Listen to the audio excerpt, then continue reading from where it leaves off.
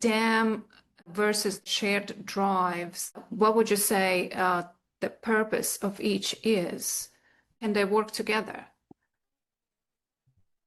Well, okay then. And if we say in a modern world, most IT organizations do not want to have any form of shared drive for their digital media. And that is because it is a compliance risk. Another thing that I do, is I do all of the compliance auditing here at Databasics. So I deal in this field a lot.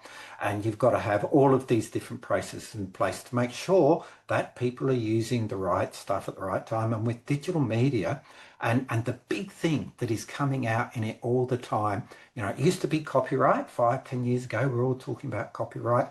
Now it's all about images of people's faces, and the consent and the privacy associated with that. That far outweighs any of the other content value that is out there. And to have images of people's faces sitting in a shared drive where it's not under a secure, compliant, governed access control with full auditing, for most IT people and anybody from compliance auditing, they would immediately raise a very big red flag on that.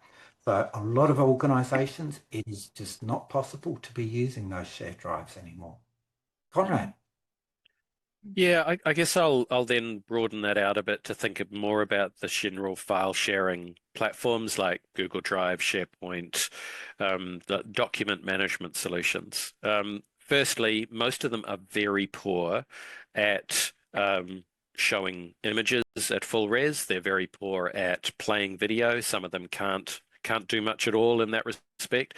A lot of them actually require you to download to local before playing, rather than the DAM, which will allow you to play a video in the UI without a load on the local device. But I would say the biggest difference for me is that those file sharings are all about kind of democratization of documents, right? It's all about saying anybody can upload, anybody can download, anybody can edit. There's not an overall governance around it.